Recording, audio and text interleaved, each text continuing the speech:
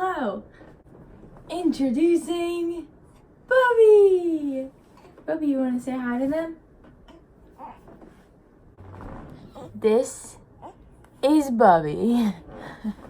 That's not a good shot of him. But this is MJ Michael Joseph Plotcher III. And he is like a month and a day? Month and 2 days maybe? He's a month old. And he's just the cutest thing ever. He is so chill. He's so happy. He loves to look out the window. And he is just the sweetest thing in the whole wide world. And we love him so much. And today I am going to tell you guys my birth story about when this big old thing came out of my belly. You remember that day? No, that's what I thought. Oh, good bird! Did you hear that? I'm going to tell you about my birth story. Sorry if you hear him talking in the background. He loves to make noises. He's very loud, very vocal. So, my bad. But, so, it was August 18th, 2019, and I was 39 weeks pregnant and 1 day. My due date was on August 24th, so August 18th was a Sunday, and then my due date was on Saturday, the 24th. And I had a doctor's appointment on Thursday where if I had not had the baby yet, my doctor was going to induce me. So I was pretty over it, and I was at the end of my line. I was grateful because I did have a pretty easy pregnancy from the second trimester on. The first trimester was just a whole mess of things. I was throwing up nonstop. I couldn't eat anything. I couldn't keep anything down. And I was just miserable. And then there was the whole confusion of finding out I was pregnant in December, and then a week later finding out I had a miscarriage, and then like a month and a half later finding out that I had been pregnant this whole time and I never actually had a miscarriage. It was a whirlwind, but my second half of pregnancy, from like the second trimester till up until my due date, was real easy. I was, obviously it sucked because like you're pregnant. I know a lot of women like love pregnancy, and I really think it's a beautiful thing. Like, it's crazy that our bodies can make a baby and support and grow this baby, and now there's this because of it, which is just nuts to me. But I don't know, I can't say that like I loved being pregnant, because the whole time I was really over it.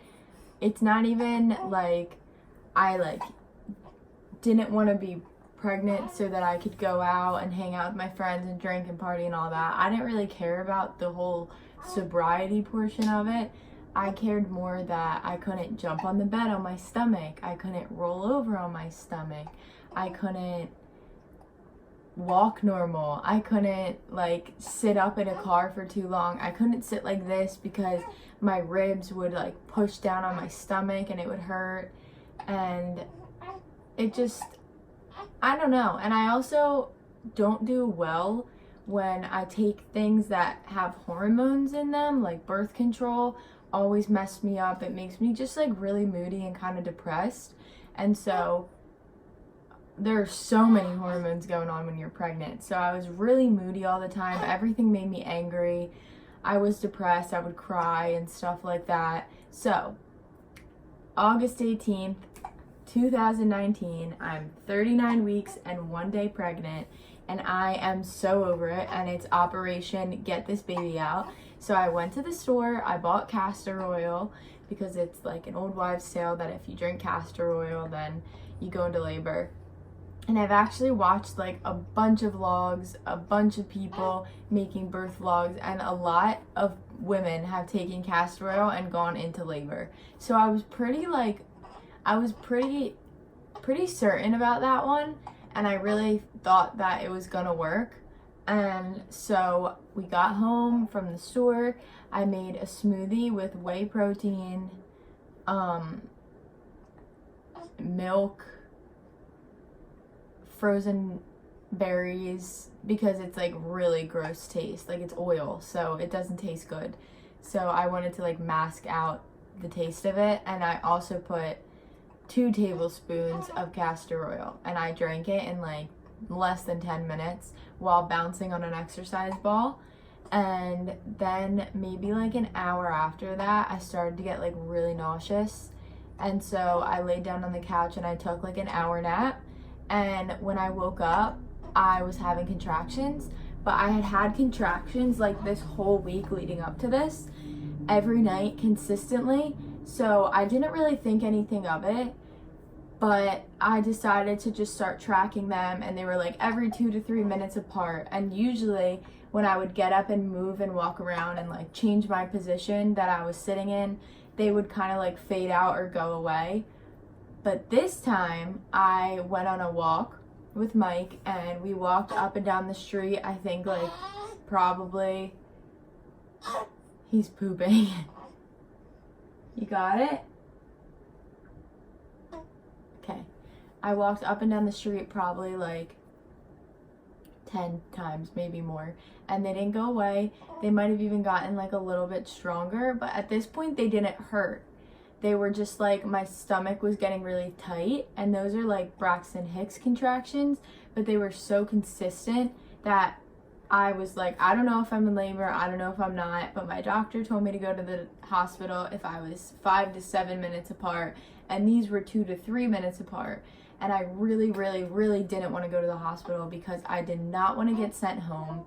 I did not want it to not be real, because I was really getting my hopes up and whatever. But I decided to go because maybe I just am one of those women that don't feel like intense contractions, and it just doesn't hurt that bad for them. Spoiler alert, I was in labor, but they do hurt bad. Anyway, so I got ready, like we got all our bags packed, Mike's freaking out, and we told his dad, and we all went to the hospital. And in the car on the way there, I was getting them like in my back, and it was so painful. Like it was like I really had to breathe through them. They weren't nearly as bad as they ended up getting, but at this point it was more painful than I had been feeling. And I was just like, ooh, I kind of felt some pressure. I was like, this is a little intense. And so we got to the hospital, and they were so busy because August is like, at least at our hospital, we went to the University of Penn in South Philly. They said that August is by far the biggest month for having babies, so they're always so busy. So we got there, I got to check in, and they took the baby's heart rate just to make sure his heart rate wasn't dropping. And then they sent me in the waiting room, and I sat in the waiting room for 20 minutes waiting for a room to open up for them to check me and my cervix and see if I was dilated. And in the waiting room, they were getting a little bit more intense. They were still like 2 to 3 minutes apart, maybe 4 minutes apart. And so I finally got a room, I got checked, and I was like 1.5 centimeters dilated. So you have to get to a 10 to push. So I was still really early on, but they came in, and I saw a doctor who gave me an ultrasound, and she said that it seemed like my fluid was leaking and that they were going to induce me. And so they told me they were going to induce me. I called my family, not my whole family, but my aunt, my cousin, my brother, my dad, they all come to the hospital. Mike's parents are both there. And then a second doctor comes in, and he looks at my fluid on the ultrasound, and he's like, oh no, you're fine. You should go home and get some rest. Like, this is probably going to be a really long time until you're actually ready to push. And I was like, this is exactly what I didn't want. I didn't want to get sent home. Like, I didn't want to come here, and I didn't want to get sent home. Also, these contractions were getting more intense, and they were already 2 to 3 minutes apart. So if I went home, I wouldn't know when to come back, because they say to come back when they're 5 to 7 minutes apart. So I was really frustrated at this point. So the doctor came in and she was like, you don't have to go home, you can walk the hallway and for like an hour or two and we'll see if you dilate. So I walked around the hallway for about 2 hours, and they definitely got more intense when I was walking. I mean, I could still walk through them and I could still talk through them, and they weren't like killer, but I definitely felt them. And it's weird because when you think about going into labor, you always think about, bless you, you always think about these movies and this big scene where this girl's in the grocery store and her water breaks and then everyone's rushing to help her and she rushes to the hospital and has this baby right away, or like someone has really intense contractions and they're like sweating and they can't breathe, like, but it wasn't like that. It was like, just, I don't know, like the way that I felt the contractions was, it just felt like a lot of like pressure and like an ache right at like my pelvis bone. So like I didn't feel anything in between the contractions, but then during the contractions it would be like a really big ache on my pelvis bone. It's weird. It doesn't feel like period cramps, at least for me. And so that's why I just like didn't really know what was going on, and I was kind of like, I don't know when to come back to the hospital. So anyway, I walked around the hospital for 2 hours. There was another girl who was walking the halls with me, and I just thought that she was walking around to dilate too, but it turns out they were so busy that girl was in active labor and she couldn't get a room because there was just way too many people. And actually when we were getting our room at like 10 o'clock, at this point, this is like 11 at night, but later on when we finally get a room, spoiler alert again, we didn't get a room till 11 a.m., this girl had her baby. So she was like in labor when she was walking the halls, because I walked the halls with her until I think like 2:30 a.m. And then at 11 a.m. or 10 a.m. she had already had her baby. And I was just like, what the hell? But anyway, so I'm walking the halls, and around 2:30 I'm like, okay, I've been walking the halls for like 2-3 hours. So I go back into my room. This is like a triage room. It's not the room that people give labor in, it's just the room that people get checked in. So I go back to my room and I get checked, and I'm like a 2.5. So I'm dilating, but I'm dilating really slow. So she's telling me to go home to be comfortable, and I'm kind of freaking out at this point because I'm like, they're really starting to hurt, and I know that they're getting more intense, and they haven't gone away since 7 o'clock. So it's like 7 o'clock, and at this point it's like 3 in the morning, and they've only gotten stronger. So she tells me that I'm definitely in active labor, but that it could last like up to 2 days because it's my first kid, and usually it's more like stretched out. And so I'm like, oh my gosh, I don't want to go home. I feel really uncomfortable going home because I don't know what's going on with me. I've never done this before. I'd rather be in slow active labor in the hospital than go home, not know, and have a fucking baby in my closet. So she's like, okay, well, we can give you morphine and put you to sleep and then wake you up in 3 hours and check you then and see if you dilated, and if you're any more, like if you're past a certain point, then we'll admit you. And I was like, I don't want fucking morphine, like. And so I had her leave the room, and I'm like to Mike, I'm like, I don't want to say that I want this morphine and look like a fucking junkie, but I don't want to go home either. So she comes back, and this doctor we really did not like. She was very like, she like just didn't believe me that I was in pain. Like she kept saying like, this isn't the face of someone that's in active labor. Like, and I was just like, how the fuck do you know how I deal with pain? And how do you know like what my pain tolerance is? And how do you know how I act in front of people?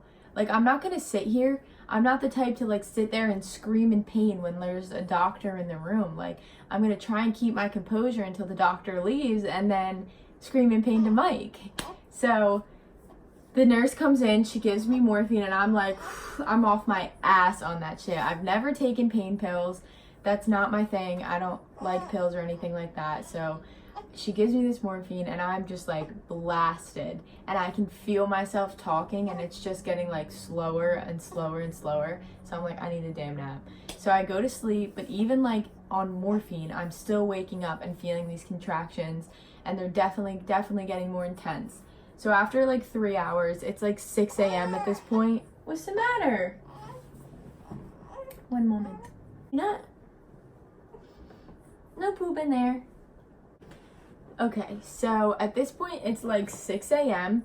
and I got up right when I woke up and started walking around because I was still having the contractions, and they started to get so intense that like I had to sit down. Like I could not stand through them, and they were like really intense. And so the doctor comes back in and I tell her that they're getting a lot stronger and that they hurt like really bad. She checks me. I'm like a 2.5, 3 centimeters. So I'm only dilating like 1 to 0.5 centimeter every like 3 hours, 2 hours. And so she tells me that, again, that I should go home, that I don't seem like I'm in active labor, that she tells Mike, don't bring me back to the hospital until he can tell when I'm having a contraction without me having to say anything. And he's sitting there and he's like, I already can. And she was just like, I don't know. It was the night staff, and it was the middle of the night. They were super busy. They didn't want to deal with someone like me who like was in a really slow labor. They had like more important people to deal with that were like pushing out babies. So I was like, okay, whatever. And I was just so over it at this point. I wanted to go home. I was like, fuck you, I'll have this baby in my damn house. Like, I'm going home. And so I went home, and on the car ride home, they were so intense. They were the worst pain that I've ever felt in my whole life. Like, they are something serious. And before I had left the hospital, she asked me if I wanted an epidural. And if I said yes, they would have admitted me then. But I didn't want to say yes to an epidural so early and then like maybe it not work when I was pushing out the baby, because I'd rather feel the contractions than push out a baby without any epidural. Because I had already planned on getting the epidural. I just thought like maybe it was too early and I didn't want to get it that early, so I left. And I'm on the car ride home and I'm like, I need that fucking epidural right now. Like, I'm gonna freak out. I was like squeezing Mike's hand so hard. I had my brother on this side, Mike on this side, and I was squeezing both of their hands like so hard, just trying to breathe through them. We got home and I had told myself I was gonna take a shower and eat and then go back to the hospital. But Mike made me a bagel. I took a bite and I was like, I need to go back to the hospital right now. Like, I need the epidural. This is the worst pain I've ever felt in my life. So we were home for 15 minutes and we're on our way back, and now it's rush hour in Philly. So it's 8 a.m., 9 a.m., and like I was in so much pain, and it probably took us like an hour to get back to the hospital when we only live like 20 minutes from it. But it was like in the car ride there, it was so bad. Like, I know I said it was bad on the car ride back home, but the car ride there, oh my gosh. So I get to the hospital and I just barged in and I was like, give me an epidural right now. I'm not playing. I need an epidural. This is not funny. This is no joke. And so it was a whole new staff now. Like, the night staff had left and it was the morning staff now. And so no one there remembered me. I was like, I was literally just here 10 minutes ago. Please give me an epidural. But these people were so nice. They were like, okay, we're going to get you checked. Like, don't worry about anything. We'll get you an epidural. We'll get you a room. They were never telling me to go home, and I was like, thank God. So they checked me, and I think I was like a 3.5, 4 at this point. And so the doctor was so nice. He was feeling the baby, and he was like, I think this baby's going to be 8 pounds. And I was like, no, don't say that, because I have to push him out, not you. But he was so nice. He was asking us like what the baby's name was. He introduced himself to us. We never even knew the other doctor's name. And so I got a room so quick. I got an epidural immediately after I got in the room, and we had this like amazing nurse. Like, our nurse in our actual labor and delivery room was so freaking nice.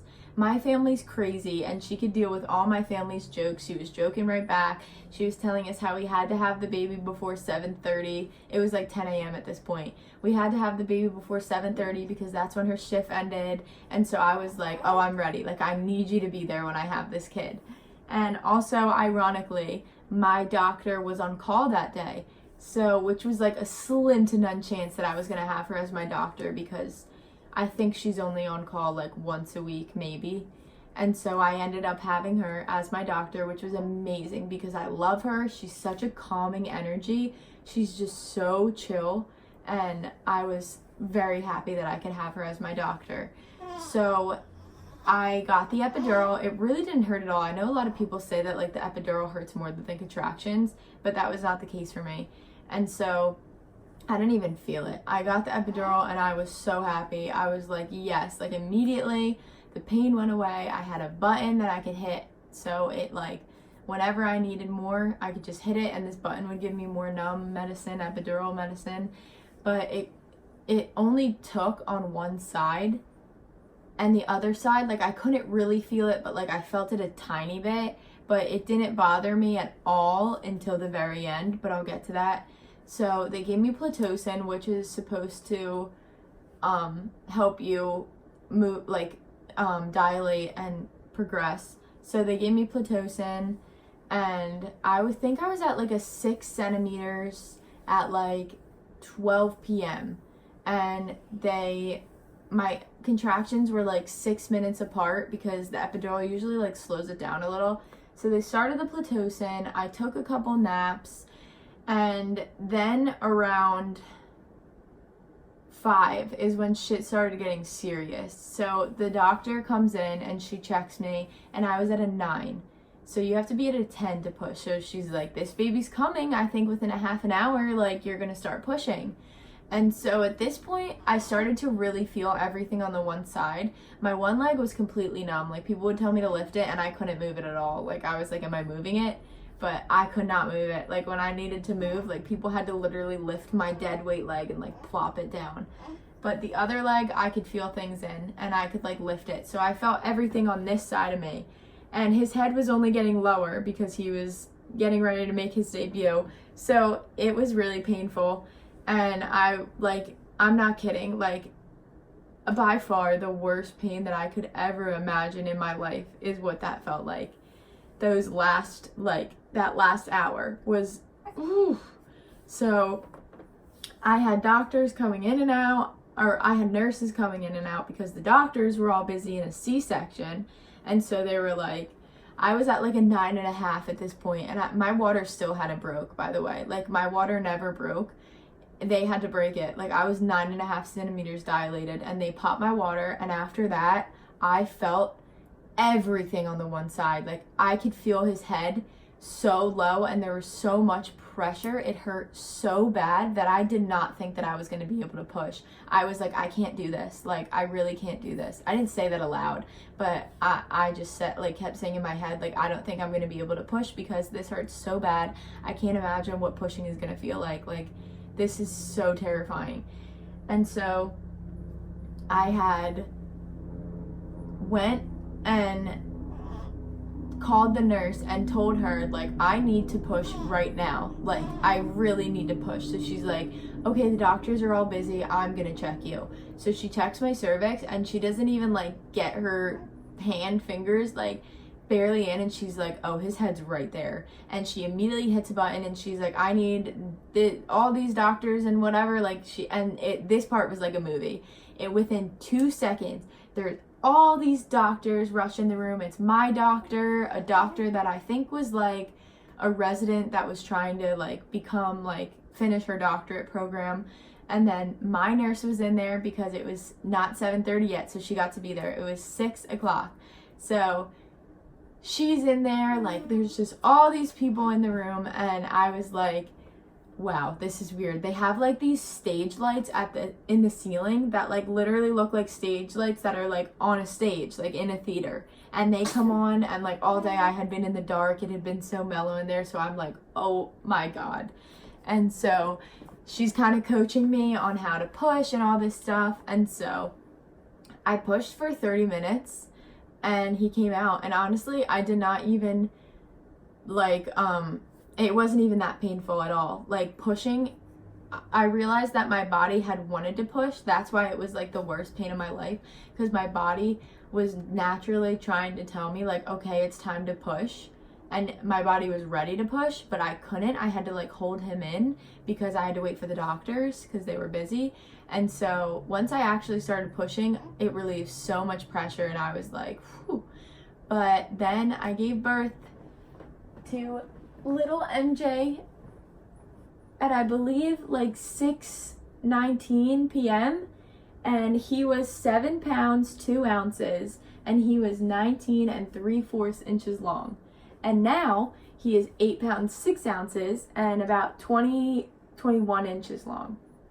So I gave birth to him, and immediately I just looked at him, and I know this is kind of weird, but I pictured that he would come out like a little grandpa-y. Like, I didn't think he was gonna be that cute at first. Like, you know, it takes him a couple days to like develop, but he came out and he was so beautiful. I just started crying immediately. I didn't think I was gonna cry because I really don't like to cry in front of people, and like I'm just not very emotional.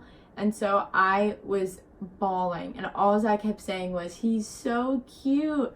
And me and Mike just sat there and cried. But he's so cute, and I love him. And that is the story about little MJ. That's the story about how you were born. And we are so happy that he's in our lives, and we couldn't have wished for a better little baby. He has so much hair, and we love him.